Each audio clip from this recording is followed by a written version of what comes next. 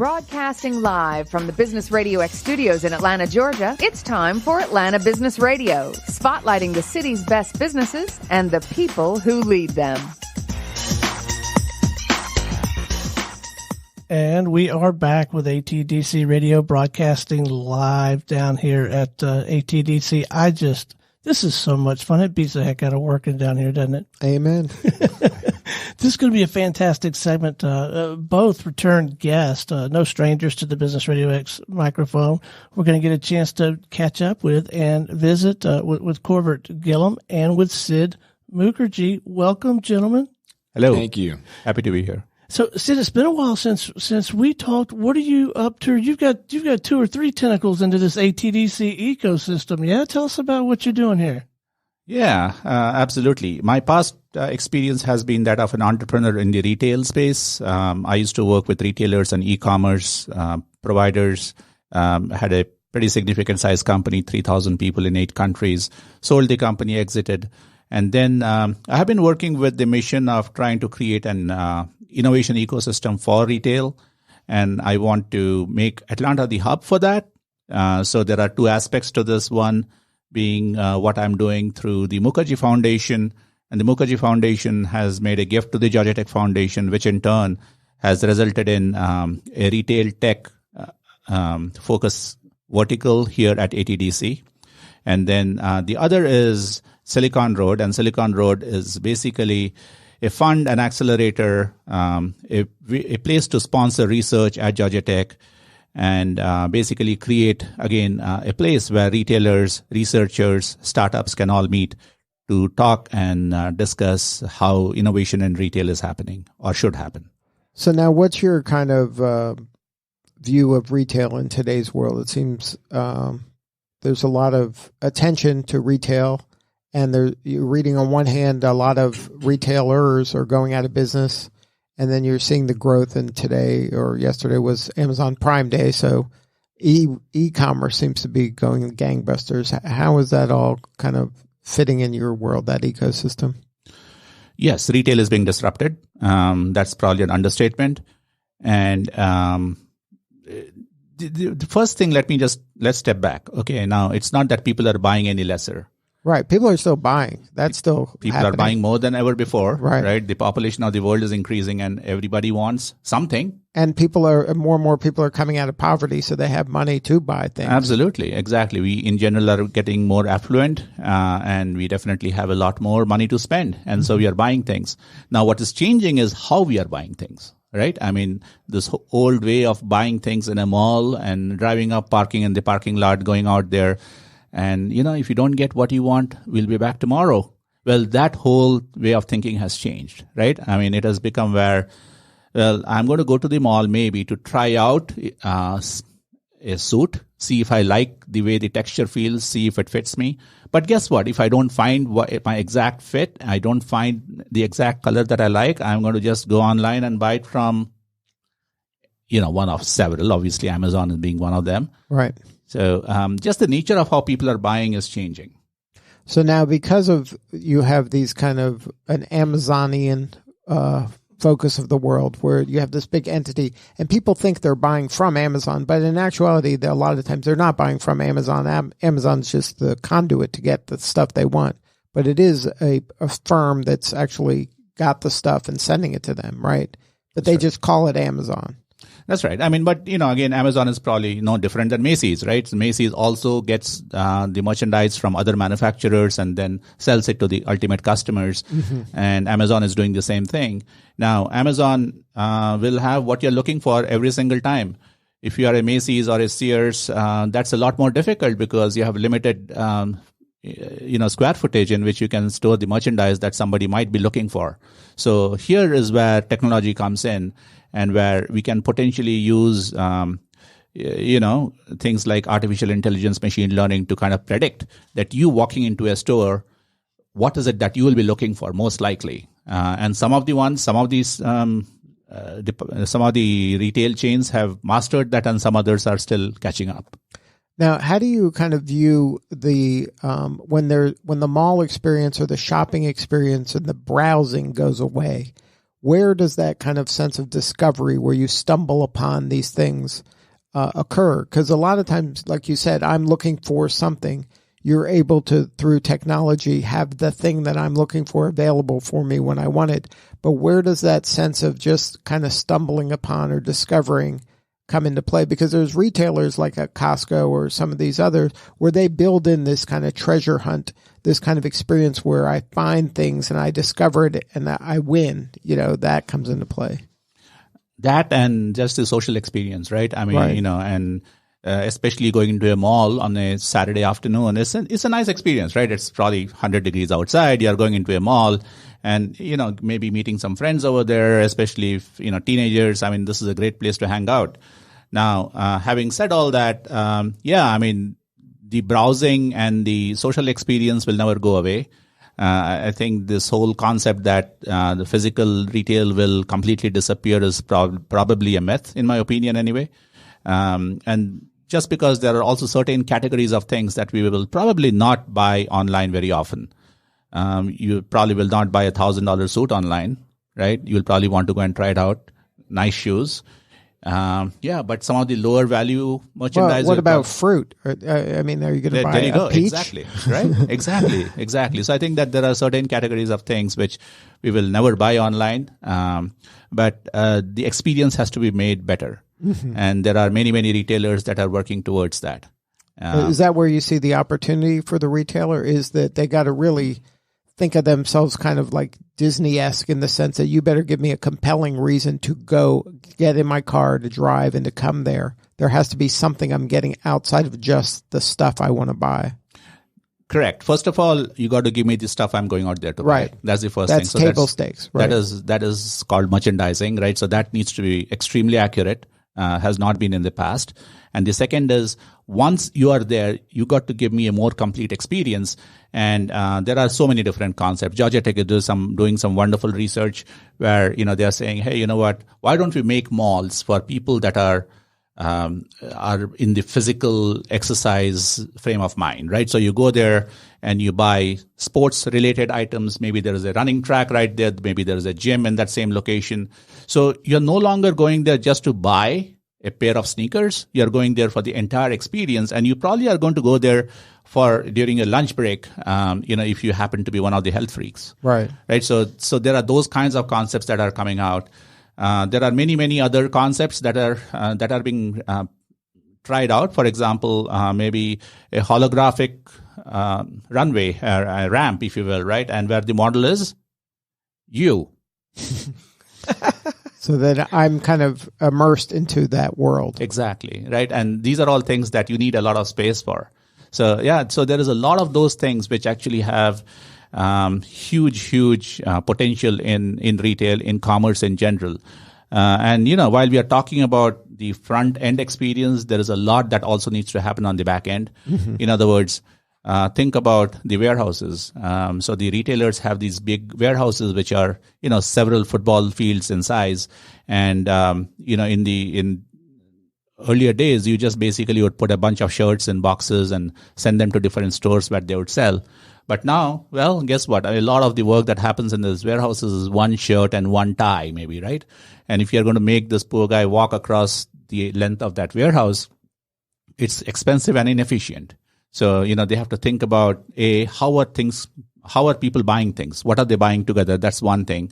And the second is, where does automation play into this? Mm-hmm. So there is, for example, a startup called Kiva that was bought by Amazon, which is robots in the warehouse, right? So there are no human beings really running around for the most part in warehouses, but the merchandise is being picked out by the robot based on GPS, etc., and brought to the person who eventually picks and packs.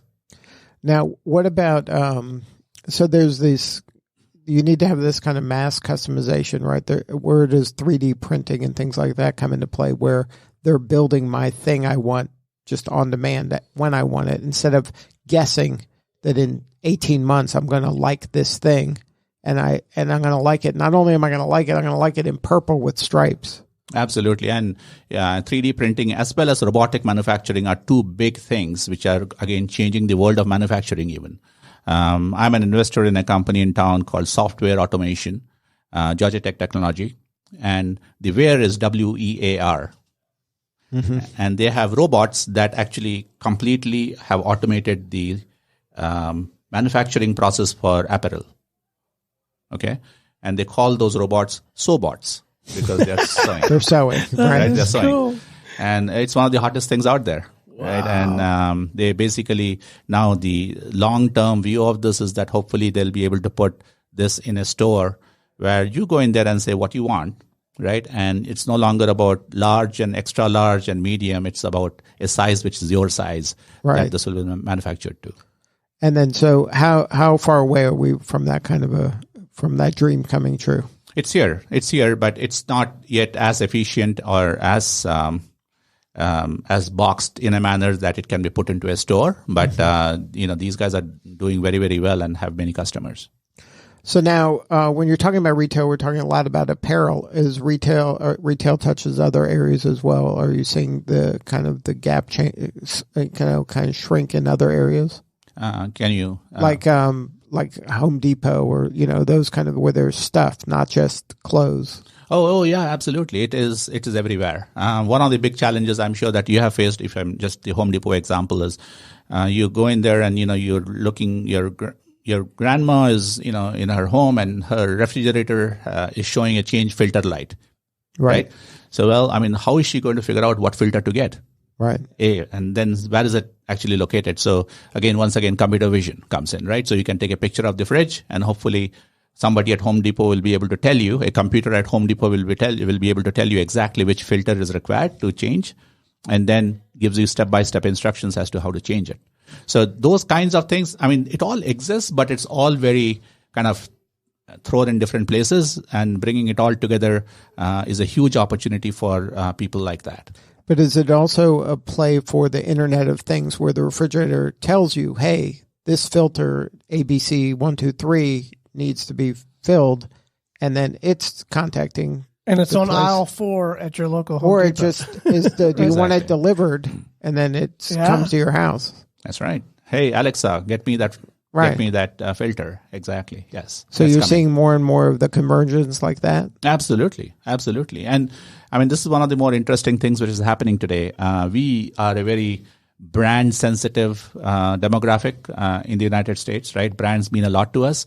But more and more, just for convenience, especially for the lower value items, it's much easier to say, Alexa, I need coffee. Right. And then Alexa figures out the coffee that you like and what you're likely to most likely not send back, and they will ship it to you. But even beyond that, like just basic essentials, like I need a USB-C cord.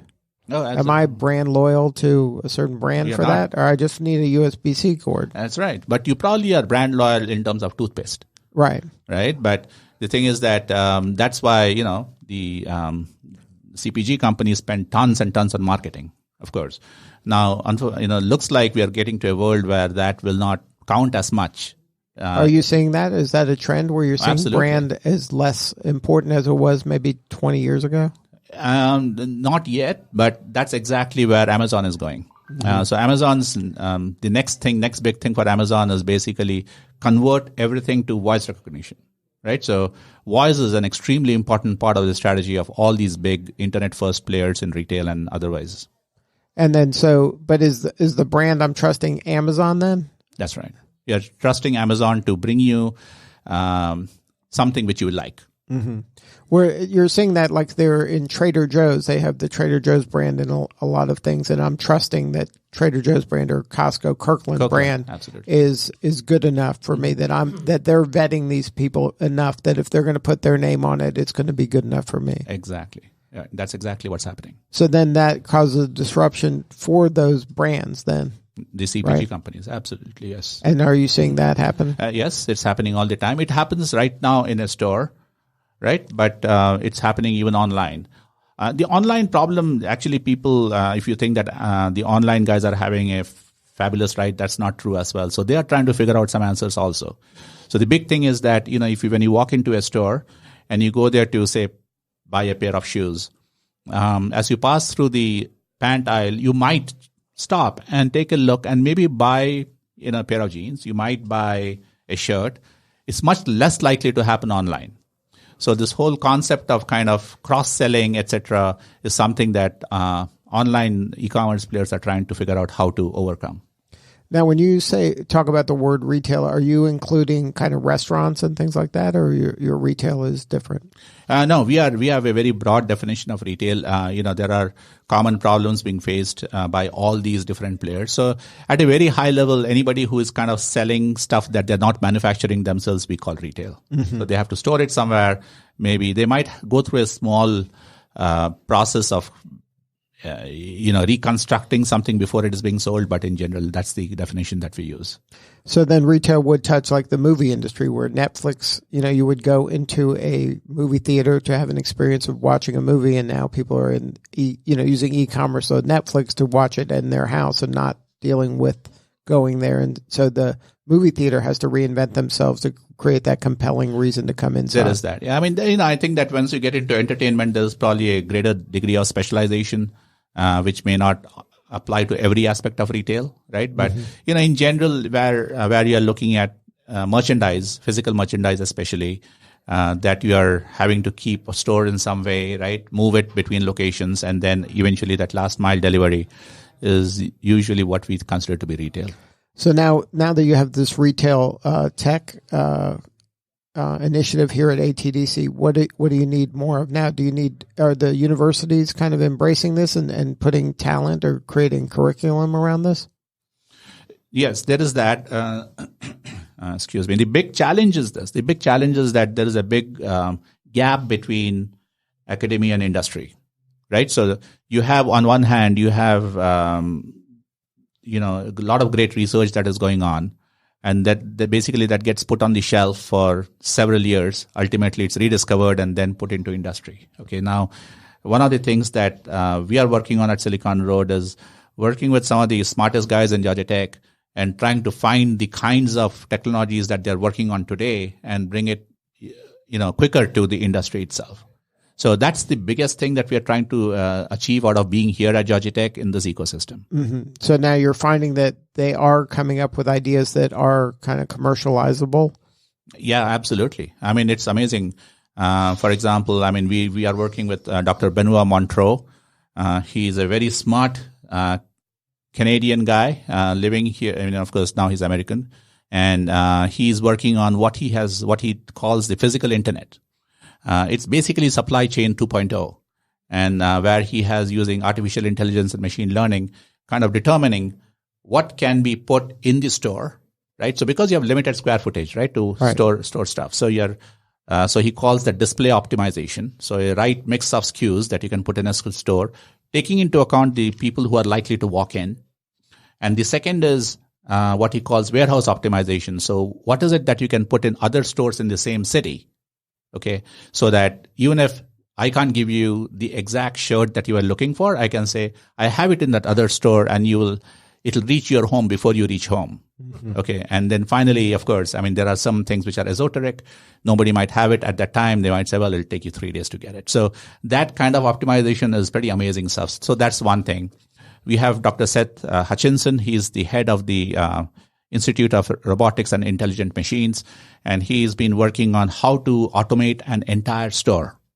Okay, and I mean, again, very, very smart person, and also extremely excited about kind of what we are doing here and wants to work with us. So there's him, there's the cybersecurity group, there is the blockchain group, and so on and so forth that we are working with. So it's touching a lot of different areas. Retail is very broad. So you need this kind of specialized knowledge, and then you're helping kind of create bridges. So you're connecting people that maybe wouldn't have thought retail and then putting them all together. Absolutely. Yes, that's right. So now who'd you bring with you? I brought Corbett Gilliam. Corbett is a managing director with Silicon Road. Welcome, Corbett. Thank you. So now what's your take? How'd Sid do, first of all? I know you were worried about him. Sid is great all the time. So where do you see the opportunities? What's interesting about retail, I've worked with Sid for about 2.5 years here at ATDC on the Industry Connect program and focusing on retail and launching pilots with retail, we call them enterprises like Macy's and Bell's and those types of retail establishments. And it's such a broad topic where, and we have a lot of focus, and as Sid was saying, from the supply chain side to the customer engagement side to the e-commerce to customer engagement, customization, experience. To elaborate a little bit more on what Sid was talking about with retail, we're seeing a big trend with even sports franchises. So one of the groups we're working with, the Atlanta Braves, in the venue SunTrust Park, and they want to customize the experience for each consumer that's there or spectator that's there. They have the retail establishment. They have the restaurants, the bars, but then inside the actual venue, they want to create that experience where if it's your birthday, for example, and you're a season ticket holder, you get treatment. They know just from predictive analytics and your profile that they have on file that you're a Dale Murphy fan, and they're able to, let's say, customize and give you a signed ball by Dale Murphy. Mm-hmm. That creates that experience that's memorable. It's that surprise and delight. They're able to leverage technology to create those kind of memories. Correct. And we're seeing that not only within sports, but also in retail to create. Everybody wants that customized experience where they want to feel special. Needed. Right. Exactly. And that's what Amazon does a great job at, is predicting what you want. If you like this, you might like that. Exactly. I mean, that sounds simple, but it's expected nowadays. And then lowering the threshold of actually purchasing and making it easy to, a one button press, or you would say you buy washing detergent from Amazon. You got the button next to your washing machine. Right. You can press it, and then it drop ships right to your home. So now what are the things that are keeping retailers up at night? Because it sounds like they're getting attacked from multiple areas. I think some of the things that we've seen, one great example is a large retail group that we've worked with. They have a big disconnect from their in-store to their e-commerce. So an example, you find a red dress on their e-commerce site. You go into the store, ask the associate, they're going to have no idea if that red dress is actually on the floor, and because there's 100,000 items on the floor, and more than likely that associate's been there about 2 weeks because of the 100% turnover rate. So there's a big disconnect there. And it's hard to create those memorable moments when the person just started 2 weeks ago. Right. So there's a breakdown in that. And I think for traditional brick and mortar retail, starting there, that customer engagement piece, and then customizing the experience. And there's a bunch of different ways, but that's critical. That's actually happened to me and a lot of others, but it's apparent, but I've never really had that issue with an Amazon, because I can always find what I need. And if I can't, it's recommended to me. Mm-hmm. And then it's just a real, easy way to shop. And then as, Amazon is proving with actual brick and mortar, the purchase of Whole Foods, they're meshing the two together, where that's creating an interesting, solution to, it's not only online, but you're able to go in and experience it, touch the fabrics or the produce and really go that route, and then order it online or do a pickup with their locker system, or as we've talked about, their drone delivery system that may be coming in the future. So now where do you see the opportunity? Like when you're doing your work at Silicon Road, what are the things that you're trying to solve? Really looking at it as a whole. We have lots of conversations about just trends, looking down the pipe 3 to 5 years, where everything from third-party delivery services are going to the whole supply chain, automation, IoT. There's a lot of conversation around IoT sensors around, in a big box retailer we're talking to on their freezer systems, on how to monitor their the meats, the frozen meats, and making sure it's at a consistent temperature 24 hours around the clock. And so that's one thing. Air filtration, alternative energy is another one for running large box stores. Like I said, the customer engagement, but the physical internet piece, there's so many different variables to that we see great opportunity. Payments is another opportunity that we haven't even talked about today, that there's a lot of opportunity within that. Being able to buy things, the automated stores where you walk in, get what you need, and it dings your card. Those types of payment systems. So now, but it seems like there's kind of a front of the house, back of the house. There's a lot of challenges with supply chain. There's a lot of opportunities with supply chain. There's a lot of challenges with the fintech elements of this. There's opportunities. Customer experience. Like, how do these retailers, it seems like so many different aspects of their business is changing so rapidly. How can they possibly embrace all of this and be good at it and move fast enough? Some of these businesses are 100-year-old businesses, are used to doing business a certain way. How can they possibly stay on top of this stuff in order to make the most out of it and survive? Yeah, I'll get that. It's innovation, and it is rapid innovation. Unfortunately, most of them really can't do it in-house. And the reason that they can't do it in-house is if you are, like you said, a 200-year company, 200-year-old company, and you have 10,000 people working for you, you have to have the bureaucratic processes in place, right? Which then, on the other hand, slows you down. Right.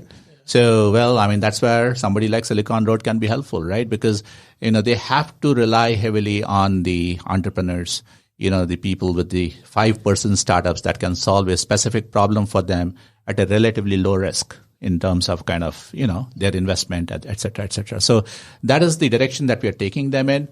Now, is everybody coming along? No. Some of them don't still see that as being the right route to go in. But I think more and more, I think that's the only way in which they'll survive. Because they can't wait for something fully baked to come across their desk, right? They have to be constantly trying different things, knowing that a good percentage of them aren't going to work out. It'll take them 10 years to get something very simple done. Right? Exactly, right. So they have to take these kind of risks, and you're talking about an industry that is kind of risk averse in a lot of ways. Well, yeah, exactly. It's being smart about it, right? It doesn't need to be very risky for them. In fact, I would say that when they say, hey, you know what, we are going to allocate 50,000 square feet to build the store of the future, I think that's a bigger risk for them than to invest in 10 startups, if you ask me, right? Because you, with the 10 startups, are able to really take advantage of the passion of 10 entrepreneurs and solve 10 big problems, which can actually be differentiators for you now. Mm-hmm. Right. Whereas if you're going to try to do it all yourself, it'll take you 20 years. And by that time, you're out of business. You're out of business. Exactly. So it sounds like there's tremendous opportunity, and it sounds like you're looking for partners that are kind of forward thinking and that want to kind of lead the way rather than be followers. That's right. Exactly. And so that's what you need more of? We have a lot of interest in this already. Everybody sees the value in something like this. We have been bringing in a lot of these retailers here to ATDC and also to Silicon Road. We have had multiple conferences. And again, there's a lot of traction. The signs are extremely positive. We have done the first close of our fund, and we are ready to invest in the first few companies as well. We have a cohort of companies also in India, by the way. So that's the other piece of this, where innovation is not geographically limited, right? So we are going to bring in startups and innovation from all over the world to be a part of this program. So now, if somebody wanted to get a hold of Silicon Road, what's the coordinates there? Simple enough, siliconroad.vc or Sid, SID at siliconroad.vc and Corbett at siliconroad.vc. And then if somebody at ATDC or is thinking about putting together a startup that's retail-oriented, can they connect with you through ATDC? They can do that, or we are on the 4th floor of the Centergy building, Suite 450. So you're right here in the building. We are right here in the building. Yes. So what's your favorite part about being part of the ATDC ecosystem? Oh, I mean, it's a wonderful, wonderful, very energetic ecosystem. There's a lot of well-meaning people, entrepreneurs who have been successful, who are here giving back. There is huge amount of energy with these startups. I did a company for 25 years and, heads down in my office, and I didn't know that this exciting world existed. It's just wonderful. I mean, the entire leadership here has also been very supportive of what we have done over the past 2 or 3 years and continues to be so. Well, Sid and Corbett, thank you so much for sharing your story today. Thank you. Thank you. This is Lee Cantor for Stone Payton. We will see you all next time on ATDC Radio.